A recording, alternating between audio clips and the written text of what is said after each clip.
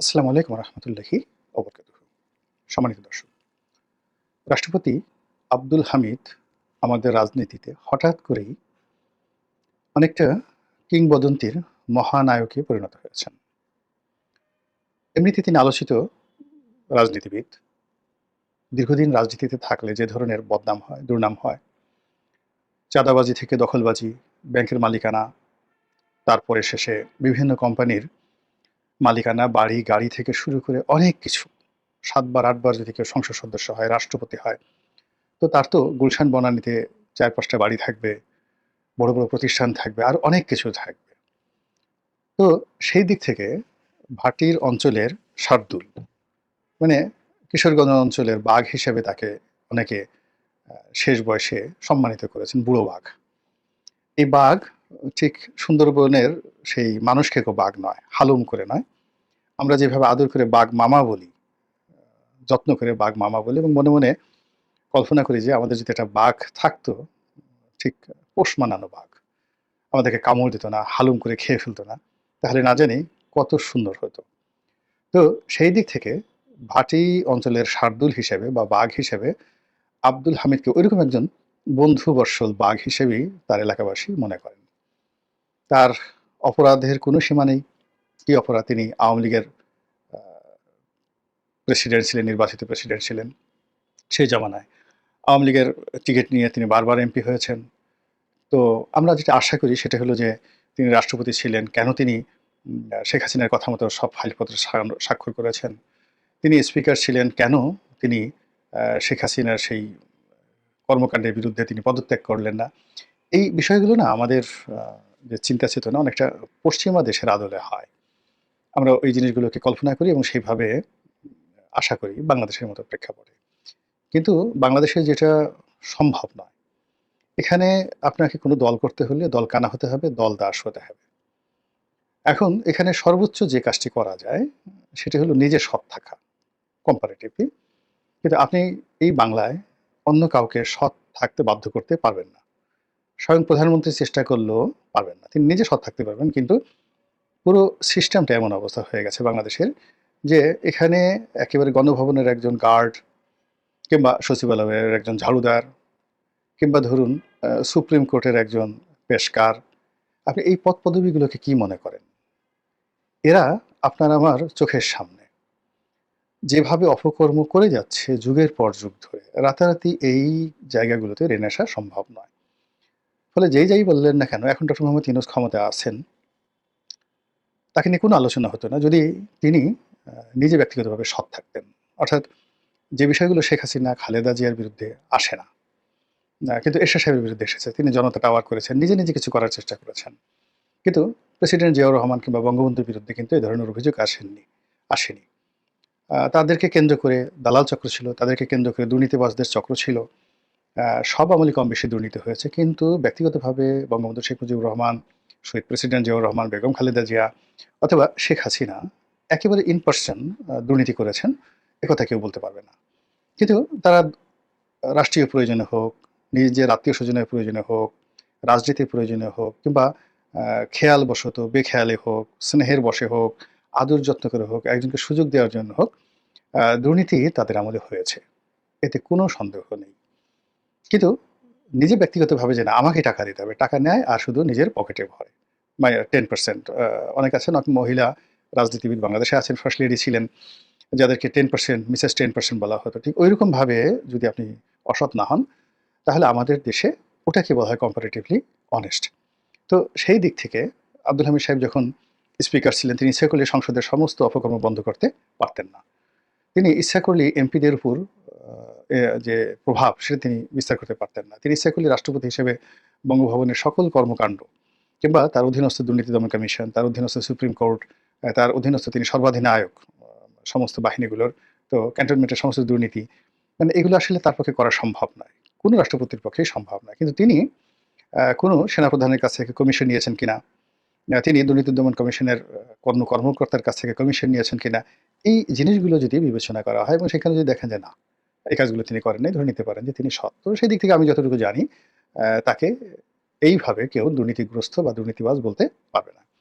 অপরাধেতে সে BNP করেনি, আওয়ামী লীগ করেছে, সে জামাত করেনি, আওয়ামী লীগ করেছে। শেখ হাসিনার প্রতি তার আনুগত্য ছিল সীমাহীন, এবং বঙ্গবন্ধুর প্রতি তার আনুগত্য সীমাহীন। এই জিনিসগুলো সত্য, এতে কোনো সন্দেহ নেই এবং এটা এখনো আছে। তো সেই মানুষটি যখন রিটায়ার্ড করলেন রাষ্ট্রপতি থেকে, যদি আওয়ামী লীগ সরকার ক্ষমতায় থাকতো, তিনি থাকতেন এখন বাংলাদেশের সবচেয়ে কাঙ্ক্ষিত পুরুষ। কিন্তু ক্ষমতা চলে যাওয়ার পর সবাই যেটা আশা করেছিল যে না, তার সততার কারণে, তার নিরপেক্ষতার কারণে, এবং তিনি কম্পারেটিভলি বন্ধুবৎসল সকলের জন্য, তার সকল দরজাগুলোই সবসময় জনগণের জন্য উন্মুক্ত ছিল, রাজনৈতিক দলগুলোর জন্য উন্মুক্ত ছিল। যে কেউ তার ওখানে যেতে পারতেন। তো যাই হোক, এনিওয়ে, সেই মানুষটি যখন বয়োবৃদ্ধ হয়ে গেলেন, অসুস্থ হয়ে গেলেন ক্ষমতা হারানোর পর, তখন এর মধ্যে তার যে আওয়ামী লীগের ক্ষমতাও চলে গেল। তিনি মহামুসিবতে পড়ে গেলেন এবং সামহাও তিনি ম্যানেজ করে, বা ঊর্ধ্বতন কর্তৃপক্ষ, সেটা সেনাপ্রধান হতে পারে কিংবা ডক্টর মোহাম্মদ ইউনূস হতে পারে, তাদের সঙ্গে পরামর্শ করে তিনি দেশের বাইরে চিকিৎসা করতে গিয়েছিলেন এবং সেখান থেকে আবার সগৌরবে তিনি ফিরে এসেছেন। কিন্তু ফিরে আসার পর এখন সবাই তাকে খুব বাহবা দিচ্ছে যে না, রাজনীতিবিদ হলে তো এমনই হতে হয়, তার মতো কেন সবাই হচ্ছে না। অনেক আওয়ামী লীগের নেতাদেরকে জিজ্ঞাসা করা হচ্ছে, এমনকি ওবায়দুল কাদের সাহেবকেও সাংবাদিকরা প্রশ্ন করছেন যে আব্দুল হামিদ সাহেব যদি বাংলাদেশে যেতে পারেন, তিনি যদি সাহস দেখাতে পারেন, তাহলে আপনি কেন পাচ্ছেন না, বা আপনারা কেন পাচ্ছেন না, আপনারা কেন পালিয়ে আছেন। এই বিষয়গুলো কিন্তু আওয়ামী লীগের মধ্যে ভীষণ রকম আলোচনা হচ্ছে এবং সেই দিক থেকে জনাব আব্দুল হামিদ, তিনি বলতে গেলে বাংলাদেশে এখন হিরো অব দ্য হিরো, সবার হিরো হিসেবে তিনি কিন্তু ইতিমধ্যে গণ্য হয়ে গেছেন এবং তিনিও এই জিনিসটাকে খুব এনজয় করছেন। খুব সিজন পলিটিশিয়ান, তো এনজয় করছেন। দেখলাম যে তিনি ব্যাংকক থেকে ফিরে আসার পর তার একটা সাক্ষাৎকার প্রকাশিত হয়েছে এবং সেটা সম্ভবত যুগান্তরে। তো সেখানে তিনি খোলামেলাভাবে বলেছেন যে আওয়ামী লীগ যতদিন ক্ষমতায় ছিল, সেই ক্ষমতার সময় অনেক ভুল হয়েছে এবং আজকে আওয়ামী লীগের যে দুর্দশা, সেই দুর্দশাগুলো আওয়ামী লীগের সেই ভুলেরই শাস্তি। এবং তার নিজের ব্যাপারে তিনি কোনো আক্ষেপ প্রকাশ করেননি। তিনি যেটা বলার চেষ্টা করেছেন সেটা হলো যে, যেহেতু জনরোষ রয়েছে, বিক্ষোভ রয়েছে, আমরা ভুল করেছি এবং এটা কম্বাইন্ড ভুল। এখন এখানে আসলে কাউকে এককভাবে দায়ী করা বা কাউকে দায়মুক্ত দেওয়া এটা সম্ভব নয়। যেহেতু আমরা দল হিসেবে ক্ষমতায় ছিলাম, ফলে এই দায়-দায়িত্ব দলের ১ম থেকে একেবারে শেষ পর্যন্ত সবাইকে নিতে হবে। এবং এখন যে দুর্ভোগ এবং দুর্দশা হচ্ছে, এখন যে কষ্ট আমরা পাচ্ছি, এটা আমাদেরই দুহাতের কামাই কৃত কর্মের ফল, এটাকে মেনে নিতে হবে। তো তার এই বক্তব্যটা দেখলাম ভীষণ রকম ভাইরাল হয়ে পড়েছে এবং সবাই এটাকে প্ল্যাকার্ড বানিয়ে ইন্টারনেটে যে যার মতো করে প্রচার করছেন। তো আমি মনে করি যে এটা জনাব আব্দুল হামিদ সাহেবের একটা শুভবুদ্ধির উদয়। এখন তিনি এই কাজটি করতে পারেন নানা কারণে।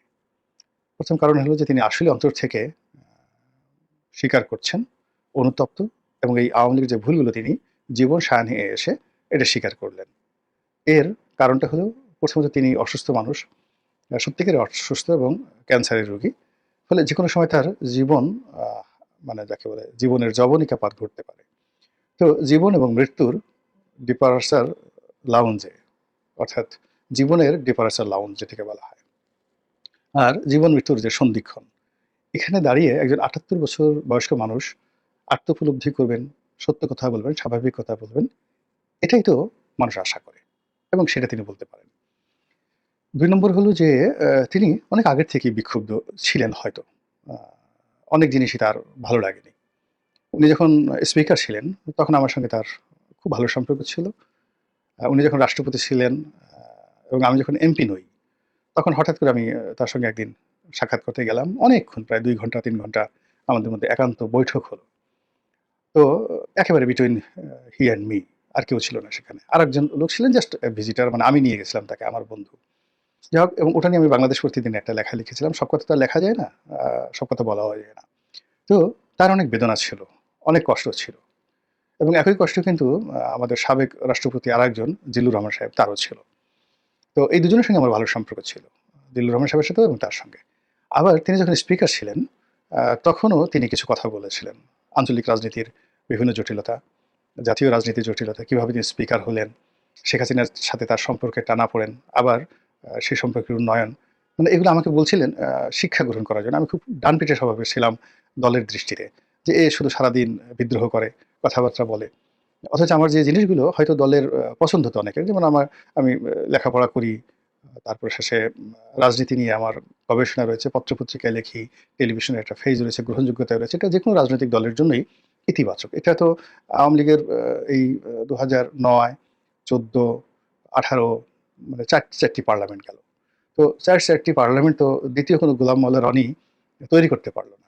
যারা বাংলাদেশের যেকোনো পত্রিকায় যদি একটা লেখা লিখে সেটা লক্ষ, লক্ষ মানুষ পড়ে। যদি টেলিভিশনে একটা বক্তব্য দেয় লক্ষ, লক্ষ মানুষ দেখে। তো এটা একটা পজিটিভ দিক আওয়ামী লীগের জন্য হতে পারত এবং আওয়ামী লীগ সেটা মূল্যায়ন করার চেষ্টা করেছে। কিন্তু ওটা ধারণ করতে পারেনি। এর কারণ হলো আমার যেমন ভালো দিকগুলো তারা আশা করেছিল, তার সঙ্গে, সঙ্গে আমি এই যে অপ্রিয় যে কথাগুলো বলি, এই কথাগুলো তারা পছন্দ করেনি। তারা চেষ্টা করেছে আমাকে হুইপিং করার জন্য। তো সেই অর্থে অনেকটা মুরুব্বির মতোই উনার সঙ্গে আমার ২ বার দেখা হলো এবং সেই ২ বার একবার উনার চেম্বারে অনেকক্ষণ কথাবার্তা হয়েছে। উনি যখন স্পিকার ছিলেন আর রাষ্ট্রপতি হিসেবে একান্ত। আর এমনি তো পার্লামেন্টে অহরহ আমাদের যোগাযোগ থাকতই। কিন্তু একেবারে ওয়ান টু ওয়ান ঘরোয়া ঘন্টার পর ঘন্টা আমাদের মধ্যে আলোচনা হয়েছে। তো সেই সময়টাতে তিনি অনেকটা মুরুব্বির মতো আমাকে বোঝানোর চেষ্টা করেছেন যে রাজনীতি সহজ বিষয় না, জটিল বিষয়। এখানে অনেক কিছু থাকে যেটার সঙ্গে আপনি অ্যাগ্রিও করবেন না, ডিসঅ্যাগ্রিও করবেন না। কিন্তু আপনাকে এই বিষয়গুলো মাথায় রাখতে হবে। তো সেই দিক থেকে তিনি আওয়ামী লীগের যে সকল দুর্নীতিবাজ কর্মকর্তা ছিলেন, রাজনীতিবিদ ছিলেন বা দলের মধ্যে অনেক কিছু আত্মঘাতী সিদ্ধান্ত গৃহীত হয়েছে, তা তিনি পছন্দ করতেন না। কিন্তু প্রোটোকলের বাইরে তার কিছু আসলে করার ছিল না। তো এখন যেহেতু তার একটা সুযোগ আসছে, তিনি এই কথাটা এখন বলতে পারেন। থার্ডলি হলো আ রাজনীতিতে এই যে তিনি যে একটা ভালো অবস্থানে পৌঁছে গেছেন, তো সেই সময়টাতে রাজনীতিবিদের একটা ব্যাপার হলো যে যতক্ষণ তার দেহে প্রাণ আছে ততক্ষণ পর্যন্ত তার কাছে রাজনীতির একটা আকাঙ্ক্ষা থাকে, উচ্চাশা থাকে। তো আ জিল্লুর রহমান সাহেব যেমন একেবারেই অসুস্থ, তার চেয়ে অসুস্থ ছিলেন। মানে এখন আমির সাহেব যেমন অসুস্থ, তার চেয়ে বেশি অসুস্থ ছিলেন। কিন্তু সেই অবস্থায় কিন্তু তিনি দলের হাল ধরেছেন। এবং যখন ওই ১-১১ সময় জিল্লুর রহমান সাহেব তার বাড়িতে বসে পুরো দলকে পরিচালনা করতেন, ঠিক ওই সময়টাতে ওই ভদ্রলোকের সঙ্গে আমার একেবারে এত সম্পর্ক যেটা বলার মতো না। এবং 111 এ খুব অল্প মানুষ ছিলেন আ জিল্লুর রহমান সাহেবের সাথে এবং আওয়ামী লীগের যারা মধুমাছি তারা তো সব পালিয়েছিলেন। খুব অল্প মানুষ ছিলেন যারা টাকা-পয়সার ধনী আছে, যারা প্রকাশ্যে ঘোরাফেরা করতে পারত। এবং তাদের মধ্যে আমি অবশ্যই একজন ছিলাম। এবং আমি তখন ২ পয়সা আওয়ামী লীগের জন্য সাহায্য করতে পারলে ওটা আমারও ভালো লাগতো। আর আওয়ামী লীগের জন্য এটা প্রয়োজন ছিল ওই সময়টাতে। এর কারণ হলো 111 এর সময় আওয়ামী লীগের একেবারে ৳৫,০০০ দেওয়ার মতো লোক তেমন ছিল না ১-১১ সময়। এটা হলো বাস্তবতা। আমি নিজে দেখেছি। তো যাই হোক তখন ওখানেও আমি অনেক কিছু দেখেছি জিল্লুর রহমান সাহেবের বাসাটাতে। তো সেই দিক থেকে আওয়ামী লীগের এই যে ক্রাইসিস, আওয়ামী লীগের তো ক্রাইসিস 1958 এর পরে পুরো ১০ বছর ক্রাইসিস ছিল। ওই সময়টাতে আমিনুর রহমান দলকে রক্ষা করেছেন। এরপরে ৭৫ এর পরে আওয়ামী লীগের অনেকগুলো সমস্যা গেছে। ওই সময়টাতে দলের অন্তত ১ ডজন নেতা এবং নেত্রী দলকে মোটামুটি সেই ৮৬ সন পর্যন্ত শেখ হাসিনা যতদিন পর্যন্ত মানে যাকে বলে একটা ফরমেশন চলে আসেন তার আগ পর্যন্ত প্রাণান্ত সহযোগিতা করেছে। আবার ১-১১ সময় আরেকবার বিপদ আসলো। তখন জিল্লুর রহমান সাহেব থেকে শুরু করে সবাই সহযোগিতা করেছেন। আবার এখন এই যে দল বিপদে পড়েছে। তো এই যে বর্তমান যে বিপদ, আমি মনে করি অতীতের আওয়ামী লীগের যে বিপদ তাদের সেই বিপদের তুলনায় অনেক, অনেক কম বিপদ। এর কারণ হলো অতীতে তাদের টাকা ছিল না, তাদের বুদ্ধি ছিল না, ম্যান পাওয়ার ছিল না, ইন্টারন্যাশনাল কানেক্টিভিটি ছিল না।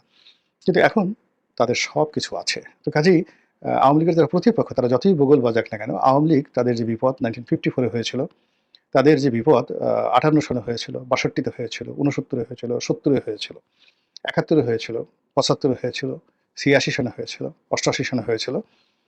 তারপরে শেষে ৯১ সনে হয়েছিল। তারপরে তাদের ২০০১ সনে বিপদ হয়েছিল। ২০০১ সনের পর ২০০৭ সনে তাদের বিপদ হয়েছিল। ৬, ৭, ৮, ৯ পুরো সময়টাতেই তাদের বিপদ হয়েছিল। সেই বিপদের তুলনায় এখনকার বিপদ বিশ্বাস করেন মানে একেবারে ছোট, খুবই ছোট। তো সেই ছোট বিপদটা সামাল দেওয়ার জন্য যদি হামিদ সাহেবের কোনো প্ল্যান থাকে বা তাকে যদি কেউ সিলেকশন করে এবং সেই অর্থে জনগণ যেটা আশা করছে আওয়ামী লীগের মুখ থেকে সরি বলা বা আত্ম উপলব্ধি করা, অনুশোচনা করা। তো সেটা যদি হামিদ সাহেবের মুখ দিয়ে বের হয়ে থাকে এবং এটা যদি বের করানো হয়, তাহলে বুঝতে হবে আওয়ামী লীগ সত্যিকার অর্থে পলিটিক্স বুঝে। আল্লাহ আমাদের সবাইকে হেদায়েত দান করুন এবং হেফাজত করুন। আসসালামু আলাইকুম ওয়া রাহমাতুল্লাহি ওয়া বারাকাতুহু।